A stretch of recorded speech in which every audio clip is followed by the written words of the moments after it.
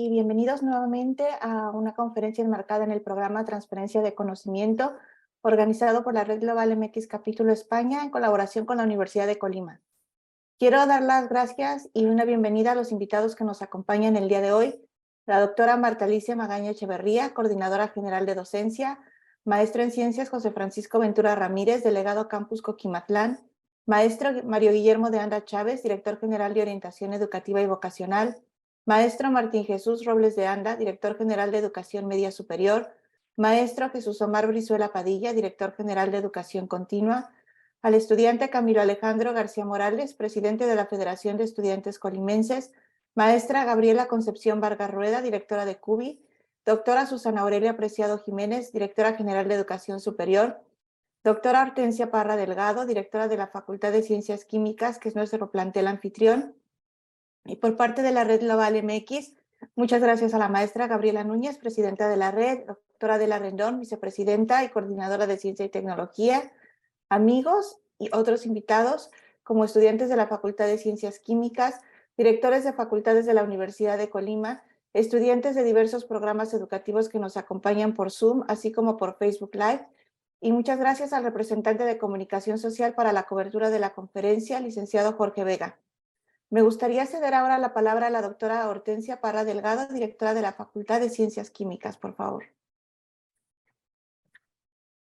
Hola, ¿qué tal? Buenas tardes. Bienvenidos de manera virtual a las instalaciones de la Facultad de Ciencias Químicas. Nos congratula mucho recibir a la Red Global MX con nuestros estudiantes. Como pueden ver, algunos están llegando en el auditorio, otros están en práctica de laboratorio, pero aún así se inscribieron y bueno, se está proyectando ahí para que los alumnos puedan escuchar la plática. Algunos otros nos acompañan de manera virtual.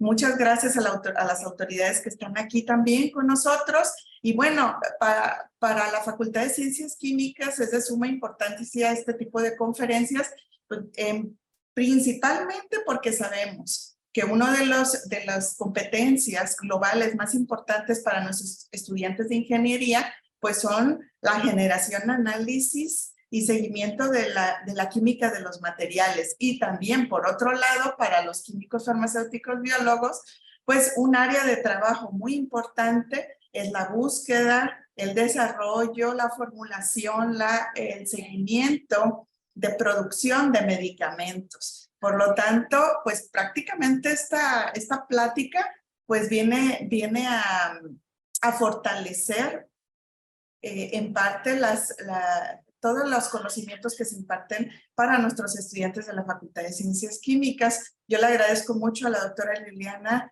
que haya aceptado estar con nosotros y pues les doy la cordial bienvenida. Muchas gracias. Muchísimas gracias, doctora Parra Delgado. Y bueno, ahora antes de comenzar me voy a permitir leer la semblanza de nuestra ponente.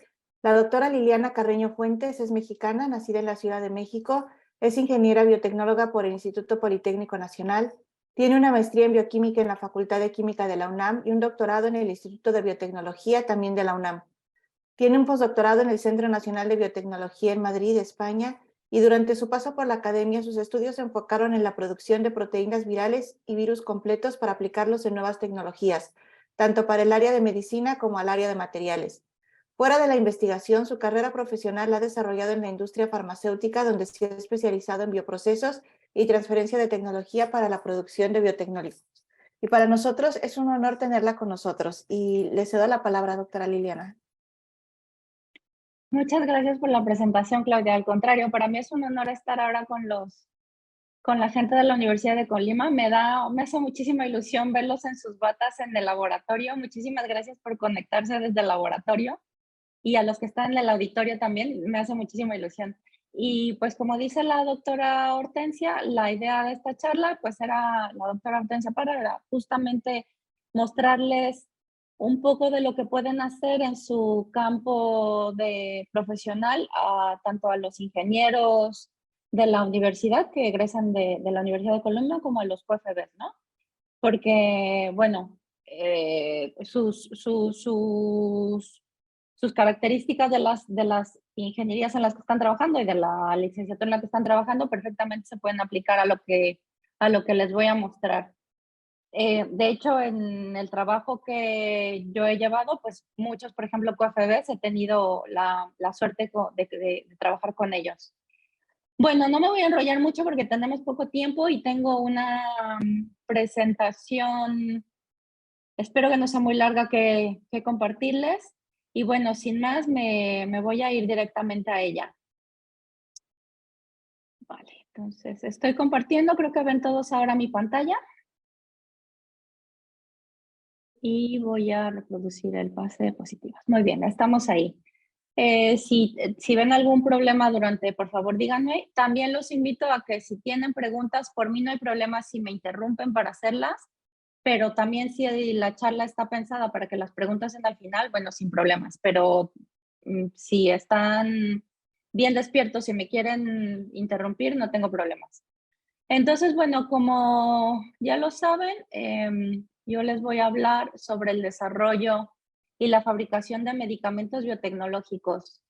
Yo trabajo en una empresa que se llama 3P Biofarmacéuticas, que tienen aquí el logo, y esta empresa está localizada en Pamplona, España. Pamplona, ya sé que se la imaginan con gente corriendo por las calles detrás de un toro, pero bueno, Pamplona es más que eso, es una ciudad muy bonita, muy tranquila, llena de árboles y carriles de bicicleta. Entonces, es un buen lugar para vivir y esta empresa en la que trabajo es algo que se llama una CDMO, que es una organización en la que nos dedicamos a producir proteínas recombinantes, vacunas y etcétera, medicamentos biotecnológicos para terceros. Nosotros no tenemos productos propios, pero desarrollamos y fabricamos para otros. Ahora les voy a contar un poco de eso más adelante.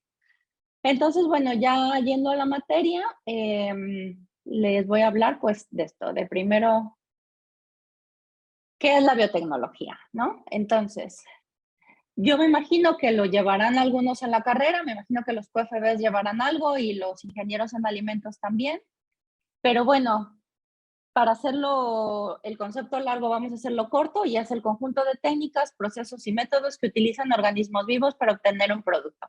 Entonces, los ejemplos clásicos, que además vienen desde hace miles de años que utilizamos estos microorganismos para producir pan, cerveza y vino, por ejemplo, ¿no? Que utilizamos levaduras. Entonces, desde hace miles de años, desde toda la historia de prácticamente del Homo sapiens, hemos estado utilizando microorganismos para nuestro propio beneficio. También es verdad que recientemente y gracias a la tecnología del ADN recombinante es que hemos sido capaces de ir más allá, de no solamente utilizar las levaduras o las bacterias o los organismos tal cual la naturaleza los evolucionó, sino también los hemos podido modificar. Entonces, este es un ejemplo, ¿no? Nosotros empezamos, antes de cualquier proceso productivo, siempre transformando a las células productoras. Esto es, por ejemplo, ¿no? Para producir cerveza, nos aprovechamos de que la levadura produce etanol. Pero aquí para producir un medicamento, nosotros lo que vamos a hacer es que vamos a meter, como lo ven aquí, un ADN heterólogo o transgen, que también le llamamos, dentro de un plásmido o un vector. Y eso lo vamos a meter en bacterias cuando lo que vamos a utilizar como agente productor son bacterias, o directamente vamos a utilizar un transgen y lo vamos a meter, por ejemplo, por electroporación, que es lo que más se usa, que es dando descargas, la membrana se abre, se mete el transgen y casi por arte de magia llega al núcleo de la célula y se integra por recombinación genética, porque tiene los extremos que se pueden recombinar con el genoma de la célula, se recombina y entonces ya tenemos una célula que es transgénica, digamos. Y llegando a este punto, me gustaría mucho, mucho, mucho recomendarles este libro que lo ven aquí abajo. No sé si se ve muy poquito, pero se llama Transgénicos, Grandes Beneficios, Ausencia de Daños y Mitos. Y este libro fue coordinado por el doctor Francisco Bolívar Zapata, que es uno de los grandes científicos e investigadores de nuestro país, que es uno de los que lograron justamente diseñar y generar esta tecnología del ADN recombinante con este plásmido que es el PB21, que la B es de Bolívar. Entonces, él en los 70 lograron hacer esta tecnología y gracias a eso hemos avanzado muchísimo. Pero bueno, volviendo al libro es porque habla mucho sobre los transgénicos, que a veces pensamos que son el diablo y que van a acabar con nuestro ecosistema, y estaría muy bien que si nos informamos un poco, vemos que nos pueden dar grandes beneficios. Toda tecnología es buena, el problema es el empleo que se haga de ellos, el mal empleo que se haga de ellos. Entonces les recomiendo mucho que se busquen este libro, lo buscan tal cual y lo pueden descargar, es completamente gratis en PDF, o sea, no tienen que pagar absolutamente nada y si tienen curiosidad pues lo pueden ver de ahí. Entonces, volviendo al tema, una vez que tenemos a la célula productora modificada, pues nos vamos a ir a producir con ella. Entonces, aquí es una cosa muy importante. Les estoy mostrando aquí una vasija de barro que encontraron en la zona de Oriente Medio, allá por Israel, y vieron que esta vasija contenía cepas de levadura y con esta hicieron unos experimentos para producir cerveza como se hacía hace miles de años. Estoy diciendo miles de años porque la cerveza tiene como más de 2000 años de existencia. El vino está registrado casi 5000. Y bueno, el pan ya no les digo. Pero entonces, los ingenieros en alimentos, las ingenieras y los ingenieros en alimentos no me van a dejar mentir si les digo que no es lo mismo producir en una vasija de barro que producir en fermentadores de miles y miles de litros, donde la temperatura, el pH, la oxigenación, la agitación, etcétera, están controlados. Entonces, la biotecnología no es solo modificar a los organismos, no solamente hacemos biología molecular, también hacemos ingeniería para lograr llegar a los medicamentos que deseamos. Entonces, ¿cuáles son los medicamentos biotecnológicos o biofarmacéuticos que también les llamamos, que están ahora ya circulando en nuestras farmacias y nuestros hospitales? Pues tenemos vacunas, todos conocemos que es una vacuna, todos conocemos que es un anticuerpo monoclonal, que ahí les pongo una caricatura. Proteínas recombinantes como la insulina, todos desgraciadamente tenemos algún familiar que necesite insulina para controlar el azúcar en sangre, y digo desgraciadamente porque la diabetes pues es casi una pandemia en nuestro país. También tenemos medicamentos basados en terapia celular y vectores virales u otro tipo de vectores para terapia génica. Y aquí les muestro que para terapia génica lo que se hace es introducir ADN a las células de nuestro cuerpo que no están produciendo una proteína que deberían de producir, y lo cual está produciendo que tengamos una enfermedad, ¿no? que está afectando nuestro día a día, y mediante la inserción de este DNA, pues lo podemos mejorar. También estamos utilizando, que les pongo en esta caricatura de este lado, que de hecho no es una caricatura, ahora me acuerdo que es una fotografía de microscopio electrónico coloreada de un virus que se llama Vaccinia, que fue el que utilicé cuando estuve en el postdoctorado. Y este además virus es muy importante porque también sirve para hacer vacunas, como se utilizó para la vacuna contra la viruela, que los chicos que están ahora en la carrera ya ni siquiera saben qué cosa es la viruela, pero los que nacieron antes de los 80 tendrán su vacuna en uno de los brazos, pero bueno, gracias a las vacunas la viruela ya está erradicada. Pero bueno, esto es lo que les quería mostrar.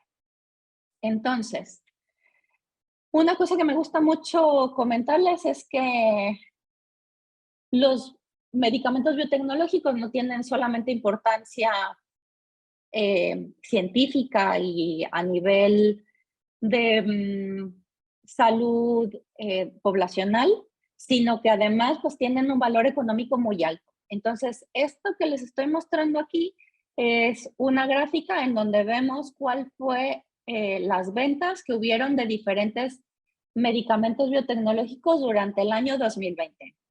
¿Cuál creen que fue el medicamento biotecnológico que más se vendió en ese año? Pues por supuesto fue la vacuna de Pfizer contra el COVID, porque estamos hablando del 2020, ¿no? En plena pandemia, que fue lo que más se vendió, y fueron alrededor de 37 billones de dólares lo que se vendieron de esta vacuna. Y lo sigue un medicamento que es el Humira, que vendió alrededor de 22 billones de dólares, que es un anticuerpo monoclonal que se utiliza para tratar enfermedades inflamatorias como la artritis reumatoide. Y de ahí tenemos muchas más. Esta es una vacuna y muchas más. Entonces, es importante también económicamente, ¿no? La biotecnología. Y bueno, para los que trabajan en las empresas farmacéuticas muy grandes, pues eso también les reditúa personalmente. Entonces, vamos para allá. Quería yo comentarles que para tener un medicamento biotecnológico en el mercado, pues el camino, como lo pongo aquí en el título, empieza con un descubrimiento, ¿no? Esto siempre empieza en un laboratorio, por eso me hizo mucha ilusión viéndolos con sus batas en el laboratorio de prácticas, porque todo empieza por ahí, ¿no? Entonces, lo que les estoy mostrando aquí es un artículo en el que tuve la fortuna de colaborar por allá en el 2013, que salió el artículo más o menos. No, no es cierto, 2016 salió el artículo. Y tuve la oportunidad de trabajar con el doctor Mejías Pérez, Ernesto Mejías Pérez, en el laboratorio del doctor Mariano Esteban en el Centro Nacional de Biotecnología en Madrid. Entonces el doctor Mejías Pérez, que ahora es investigador, tiene su laboratorio en la Universidad de Córdoba, aquí en España también. En aquel tiempo era estudiante de doctorado. Desarrolló un vector oncolítico que era el WR delta 4 y tuve la fortuna de colaborar con él evaluando la efectividad de este virus en la eliminación de tumores en vitro e in vivo. Estos son esferoides que son un modelo de tumores in vitro que se hace, en este caso eran células cancerosas de origen prostático, igual que estos que tenemos aquí. Y entonces, bueno, fue muy afortunado porque vimos que el WR delta 4 lograba perfectamente disminuir la progresión del tumor comparado con el control. Entonces, bueno, esto fue un trabajo muy bonito, pero bueno, este trabajo era ciencia básica y lo único que intentábamos era corroborar si nuestra hipótesis de que este virus de Vaccinia, que es una cepa muy virulenta, se podía utilizar también, se podía controlar pues su efecto oncolítico y poderlo aplicar en algún momento en humanos. Pero bueno, esto les digo es ciencia básica y se quedó ahí en un artículo, pero bueno, ya saben que la ciencia básica también sirve para generar principalmente conocimiento que en algún momento alguien más utilizará. Entonces, ¿qué tienen que hacer los investigadores una vez que han encontrado que su proteína recombinante o su virus oncolítico o su vacuna funciona en modelos in vitro o con ratoncitos, que es lo que normalmente se utiliza? Pues tienen que patentarlo. Entonces, patentar es muy importante porque no te da el derecho a comercializarlo, esto es muy importante, sino que evita que alguien más te robe la idea, básicamente. Entonces, una vez que has protegido tu invención, que has protegido tu propiedad intelectual, entonces ya comienza el camino a partir de aquí. Entonces, ¿qué es lo que normalmente pasa cuando en una universidad o en un laboratorio o en una empresa o un investigador se da cuenta de que su invención o su descubrimiento funciona? Después de patentarlo, pues se pueden generar empresas pequeñas que se les llama spin-offs, que salen normalmente de las universidades, o se buscan los propios dentro de la universidad, buscan financiación para seguir con los estudios, porque, claro, esto funcionó en ratones, pero ¿funciona en humanos? No somos ratoncitos, ¿no? Entonces no funcionamos igual y esto ya lo saben los que han estudiado un poco de inmunología y que han tenido cursos un poco relacionados. Entonces, bueno, a partir de aquí, pues el camino es que tenemos que hacer estudios preclínicos en los cuales normalmente se ve la toxicología de esa nueva molécula y se hacen más estudios con animales en general, cuando por ejemplo se tratan de vacunas o algo que funcione de ese sentido. También se pueden utilizar, por ejemplo, primates superiores pues para verificar el funcionamiento y probar que efectivamente funciona lo que estamos desarrollando. Y luego de eso, pues nos vamos a ir a los estudios clínicos, que seguramente están ya familiarizados con los estudios clínicos después de la pandemia, que todos escuchábamos hablar sobre los estudios clínicos, pero entonces los estudios clínicos están en la fase 1, 2 y 3, que les pongo aquí, y entonces en la fase 1 lo que se va a ver es que el medicamento sea seguro.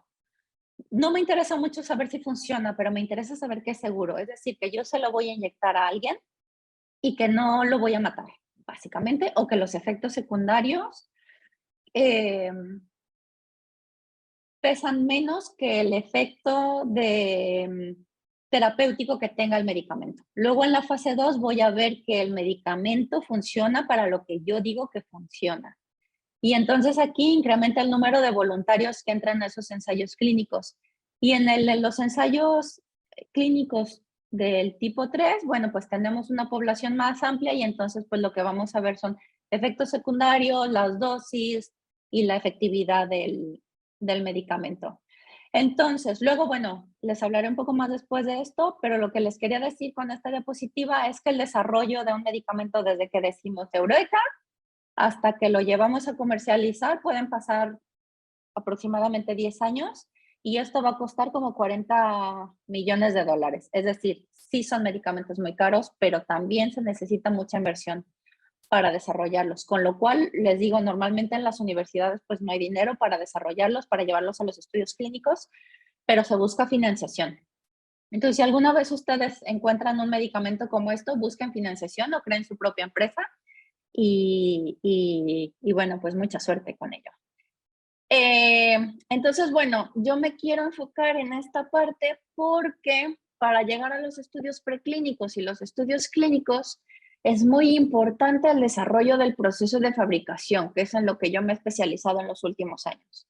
¿Por qué es muy importante? Porque, claro, me da igual que yo le vaya ya a inyectar a esto a un chimpancé. El chimpancé no puede ser inoculado con un agente que lo vaya a dañar, ¿no? Porque también estamos hablando de que los animales tienen que ser cuidados lo más posible durante la experimentación. Y además, ya cuando vaya yo a los estudios clínicos, pues no le puedo inyectar a las personas cualquier cosa. Y entonces, seguramente nuestros compañeros de QFB, compañeros y compañeras de QFB, sabrán que los medicamentos para los ensayos clínicos se tienen que fabricar bajo la normatividad vigente y bajo diferentes prácticas, es decir, se tienen que seguir varios lineamientos, como las buenas prácticas de manufactura, se tienen que seguir recomendaciones como las de la ICHQ5, que habla sobre la calidad de los productos biotecnológicos y, como les decía, seguir la legislación vigente, que en nuestro país, si no estoy equivocada, es la NOM 059, que habla sobre las buenas prácticas de fabricación de medicamentos. Y habla que las empresas donde se fabriquen estos medicamentos, aunque sean para ensayos clínicos, tienen que tener un sistema de gestión de calidad montado, un sistema de gestión de riesgos, que el personal esté formado para lo que tiene que hacer, que las instalaciones sean adecuadas, el equipo esté cualificado, que tengan un sistema de fabricación perfectamente identificado y caracterizado. Y, en fin, una serie de normas que se tienen que seguir para fabricar un medicamento para ensayos clínicos, que son las que normalmente tenemos que seguir, por ejemplo, en la empresa donde yo trabajo. Y en este caso, las agencias reguladoras, pues en nuestro país es la COFEPRIS, que ya la conocemos. En Estados Unidos es la FDA, que todo el mundo quiere fabricarle para la FDA porque abre un campo muy grande. Y en Europa está la Agencia Europea del Medicamento.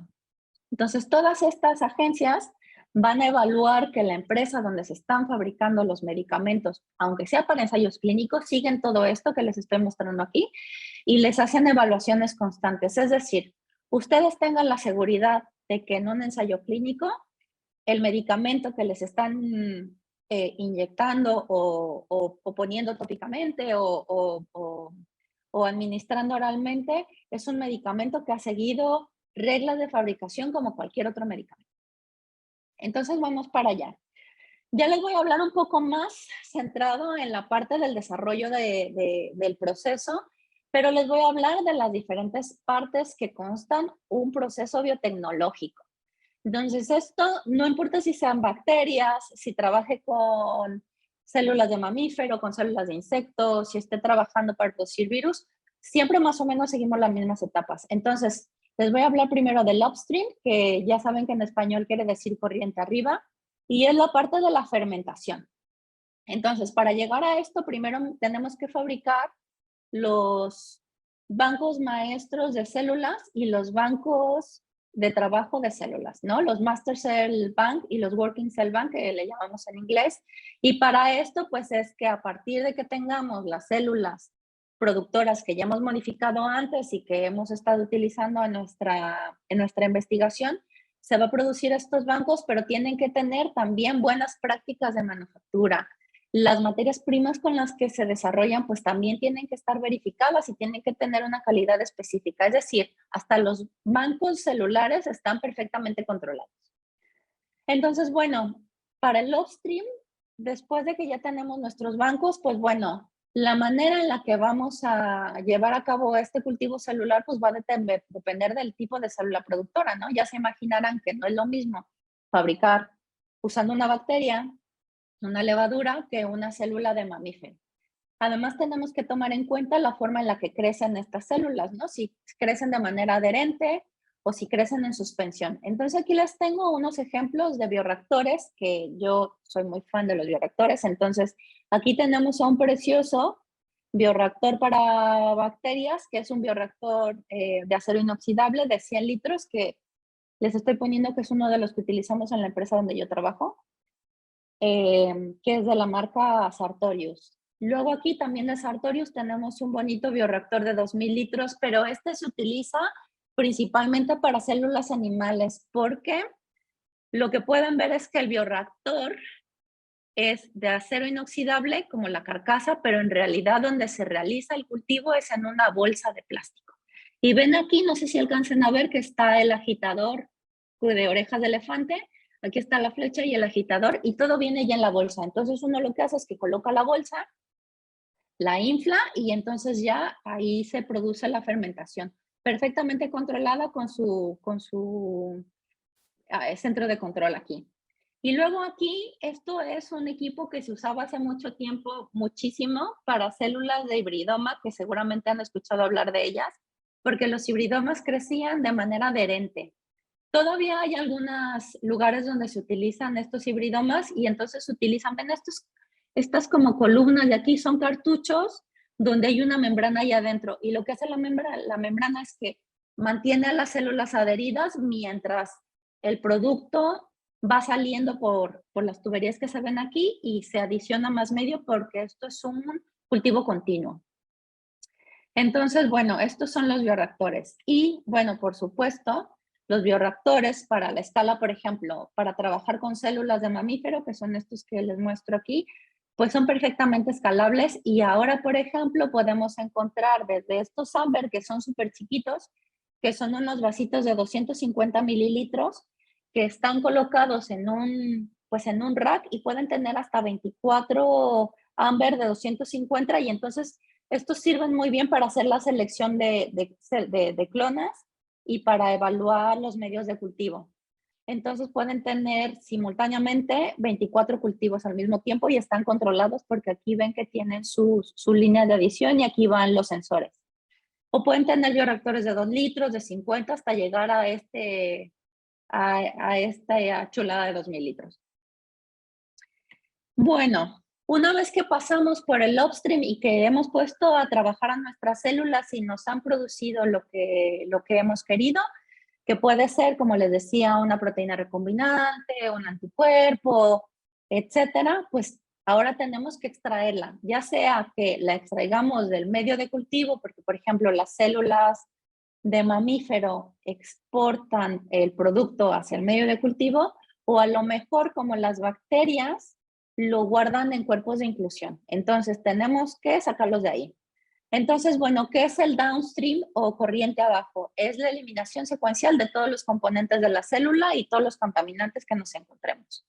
Que normalmente lo que más nos queremos deshacer son los contaminantes de la célula. Por ejemplo, una bacteria tienes que deshacerte de las endotoxinas y del DNA de la propia bacteria, porque eso obviamente no se lo vas a inyectar a un paciente ya comprometido, ¿no?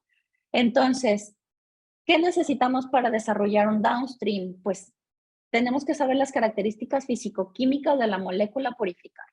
Eso es muy importante, le tenemos que conocer todo a nuestra proteína o a nuestro anticuerpo monoclonal o a nuestro virus.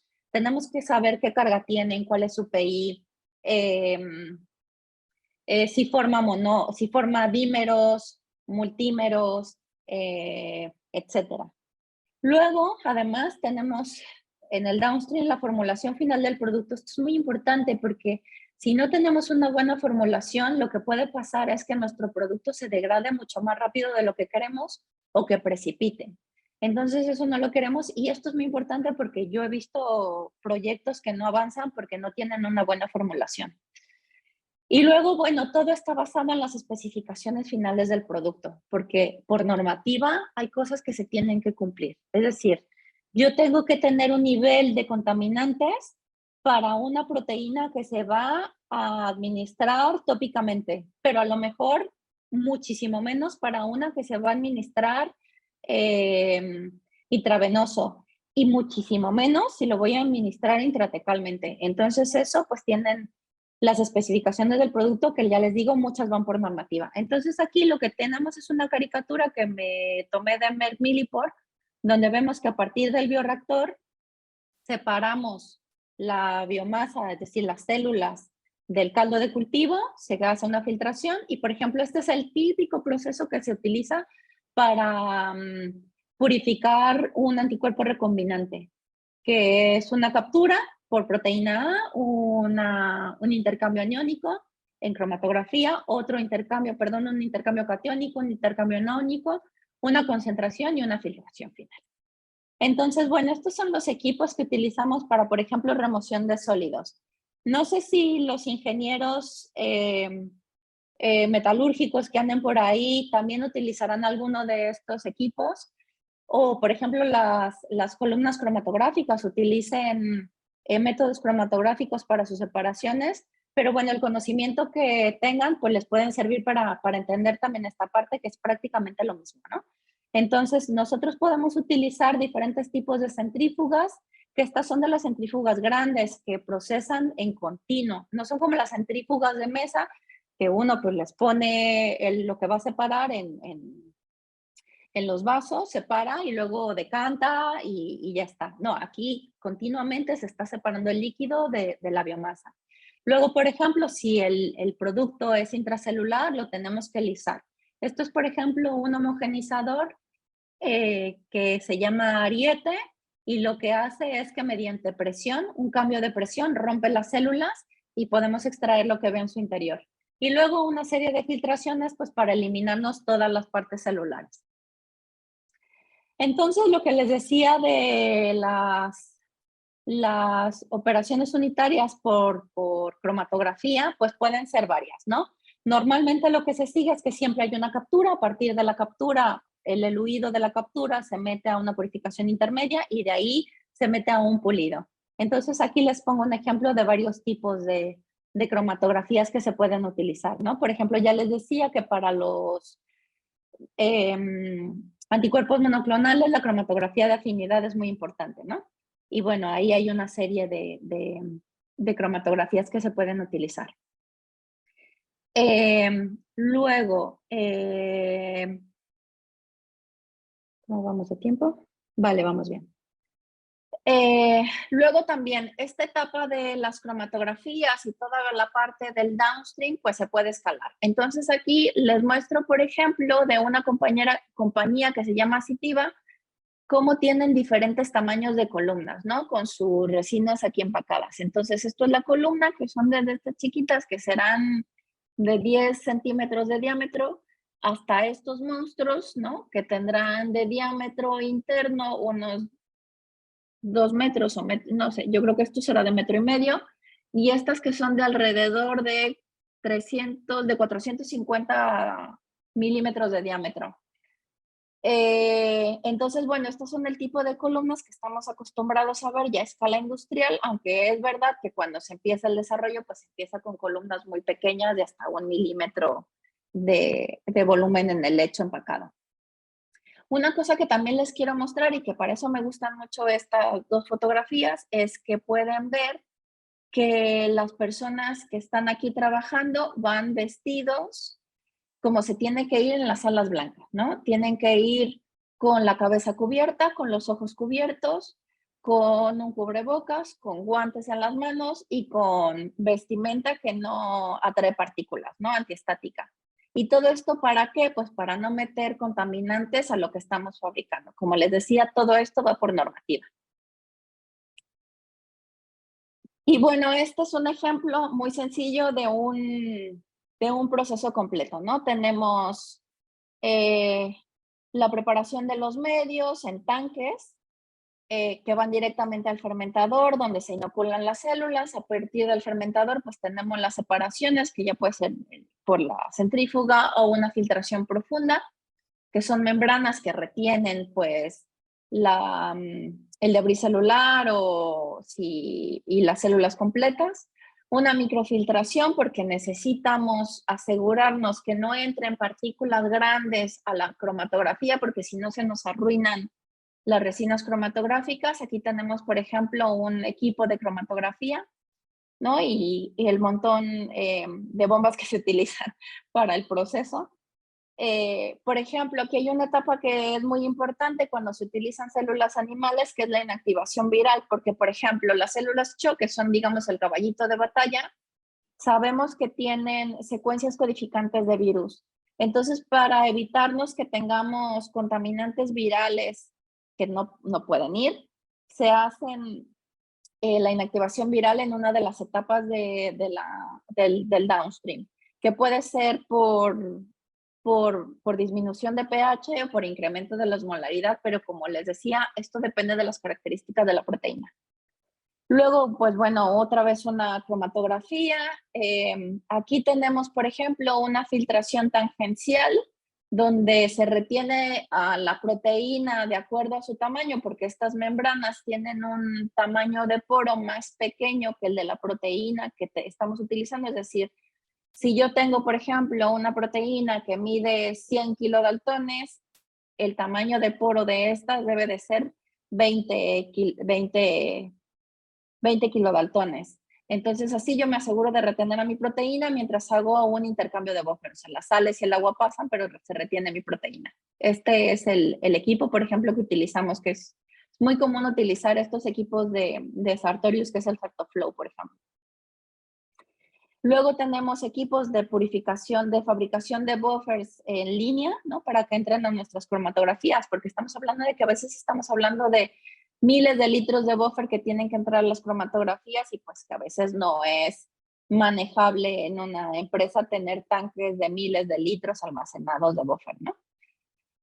Y bueno, a partir de ahí, otra de las etapas que son muy importantes trabajando con células animales es que los virus se tienen que filtrar. Y entonces, una vez más, estos filtros tienen un tamaño de poro muy pequeño y son filtros especiales para retener a los virus que, aunque ya están inactivados, tenemos que asegurarnos que no pasen a nuestro producto. Se hace una concentración final, nuevamente con la filtración tangencial, y nos vamos al terminado, que ya es el llenado de los viales o el llenado de las jeringas precargadas o la fabricación del agente tópico o la formulación o no sé, la liofilización. Entonces, por ejemplo, este es Gardasil, que es una de las medicamentos que también se venden mucho en el mundo y que es la vacuna contra el virus del papiloma humano, que no, espero que muchos de ustedes estén vacunados contra él. Y bueno, a partir de aquí, una vez que ya tenemos un proceso bien desarrollado, que los estudios clínicos han demostrado que tenemos un medicamento muy bueno, que es seguro, que es eficaz y que cumple con una calidad determinada, que como ya les he dicho, viene por normativa y por específico del producto, entonces mandamos todos esos datos a la agencia reguladora, que evalúa mediante un comité de expertos si todo lo que les hemos mandado, que es el proceso, la empresa donde, o sea, las certificaciones de la empresa donde se fabrica, todos los resultados de los ensayos clínicos, todos los resultados de los ensayos preclínicos, la toxicología, y todo eso que revisan estos expertos, evalúan y deciden si nuestro producto es bueno. Una vez que lo han decidido y han dicho que sí, que está muy bien, pues entonces ya nos vamos a fabricar comercialmente. Entonces aquí hablando del escalado de la producción, es normalmente que lo que vamos a hacer es pues, tener muchos lotes durante el año.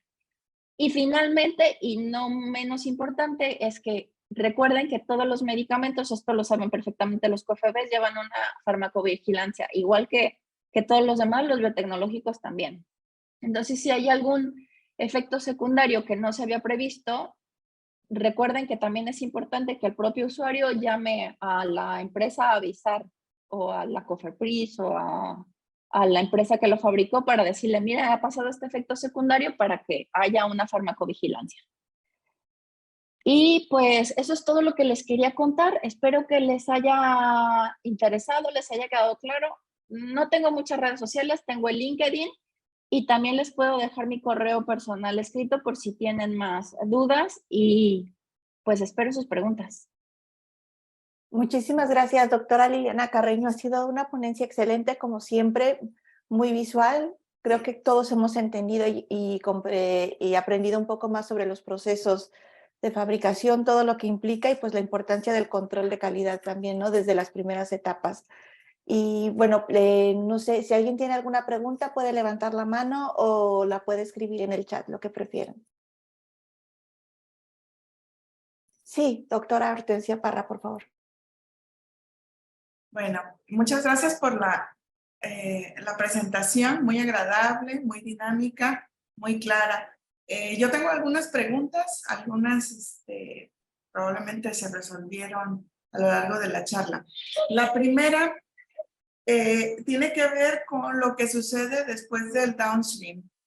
Desde el punto de vista ya en la industria, en términos reales, ¿qué es lo que está pasando con la biomasa que se genera una vez que termina el proceso? En términos de la generación de residuos, la emisión de gases de efecto invernadero, etcétera. ¿Cómo modula esto la industria y hasta qué grado puede ser un problema en la industria de biotecnológicos? A ver, eso es una muy buena pregunta. Normalmente lo que ocurre, por ejemplo, con todos los organismos modificados genéticamente es que no pueden salir de la planta de fabricación vivos, ¿no?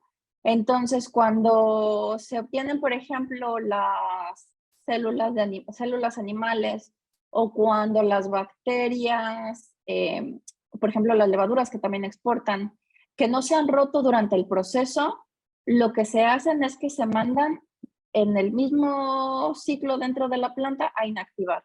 Entonces se les mete alguna solución de inactivación que puede ser tan sencillo como hipoclorito de sodio y con eso durante un tiempo determinado se inactivan.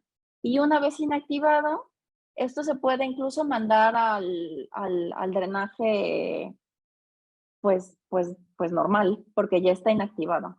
Entonces, en cuanto a eso, la regulación lo dice así, ¿no? Hay un momento en el que se tiene que inactivar porque no puede liberar agentes genéticamente modificados al ambiente.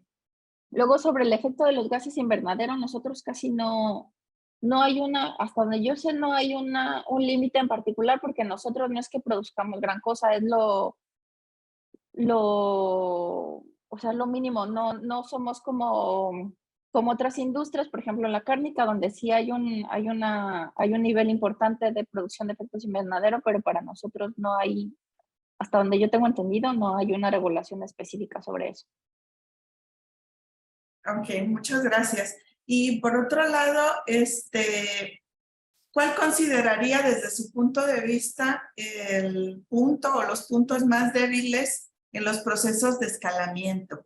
Si hablamos en la parte inicial, cuando hace rato lo dijo usted muy claramente, cuando se trabaja los procesos de purificación cromatográficos es de manera muy sencilla a cuando se escalan, pero pensemos ya en el producto como tal, o sea, de partir de un lote o de cierto número de unidades que se produzcan a trabajar en términos de toneladas. ¿Cuáles son los retos a los que se enfrentan diariamente? Pues realmente lo que tiene que haber primero es desarrollar un proceso robusto a escala pequeña, porque lo que siempre decimos los que escalamos es, tú escalas un proceso, pero también escalas los errores. Entonces, cuando tienes un proceso que no está bien desarrollado o que no conoces bien tu producto, ahí es cuando tenemos los problemas.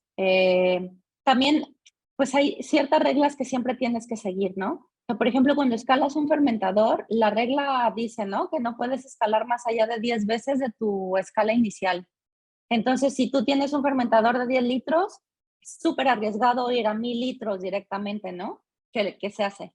¿No? Porque mi jefe me diría que no somos ingenieros. Y yo digo, pues sí, sí somos ingenieros.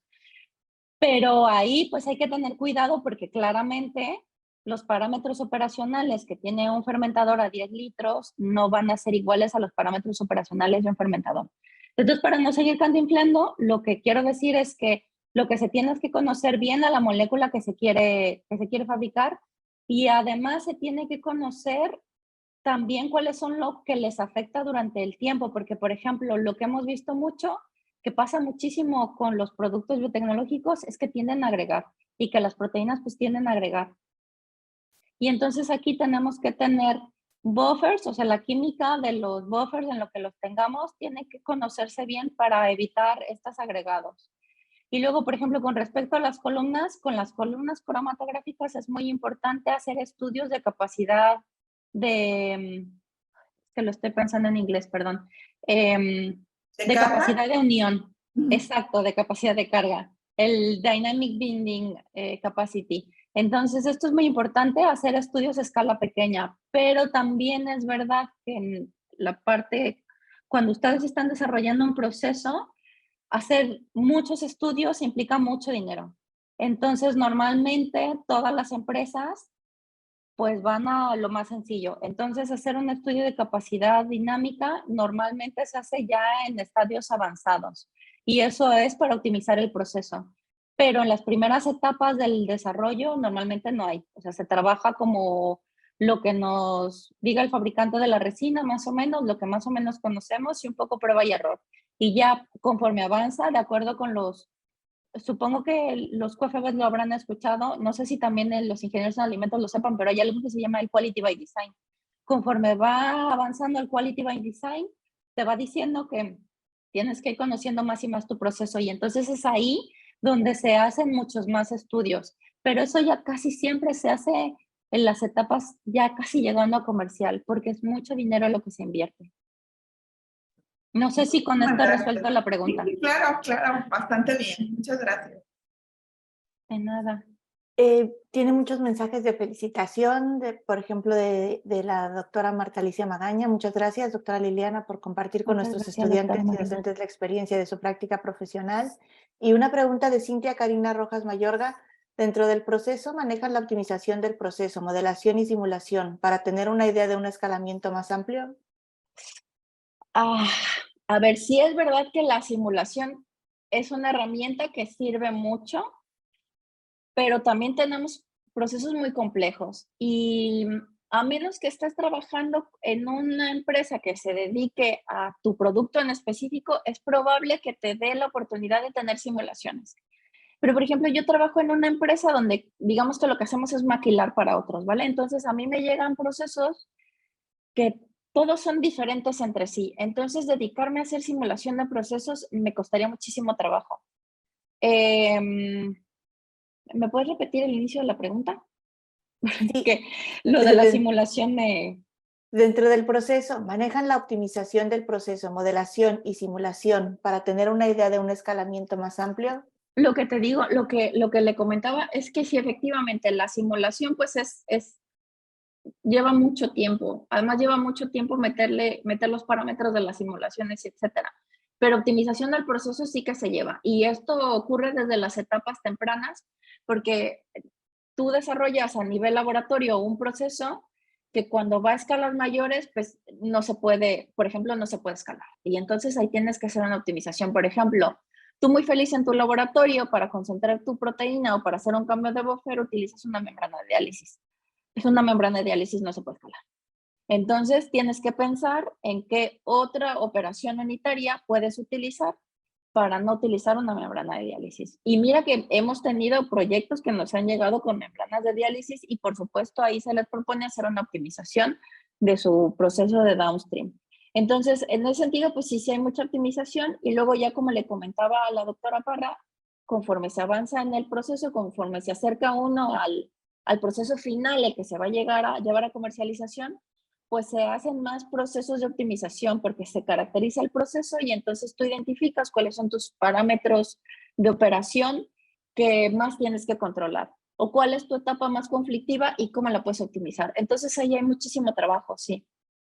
Y son trabajos muy bonitos. Muchísimas gracias. Bueno, continúan los mensajes de felicitaciones porque ha sido una plática muy interesante. Muchas gracias por compartir. No sé si tenemos alguna pregunta más en la sala.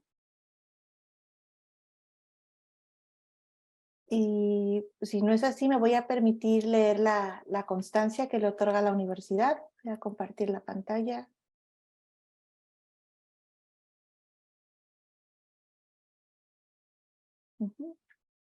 Tenemos, dice, la Universidad de Colima otorga la presente constancia a la doctora Liliana Carreño Fuentes por impartir la conferencia magistral Desarrollo y fabricación de medicamentos biotecnológicos, realizada el 26 de abril de 2023 con duración de 1 hora y valor curricular, en el marco del Programa Institucional de Charlas Divulgativas Red Global MX Capítulo España, Universidad de Colima. Y firman al calce el maestro Jesús Omar Brizuela Padilla, director general de Educación Continua de la Universidad de Colima, y la doctora Adela Rendón Ramírez, coordinadora del Programa de Transferencia de Conocimientos. Y pues muchísimas gracias nuevamente, doctora Liliana Carreño, un honor tenerla con nosotros. Muchísimas gracias a ustedes. Gracias a todas las autoridades de la universidad, a los alumnos que nos acompañan, los que se han conectado ahí haciendo sus prácticas también. Y pues esperamos verlos muy pronto.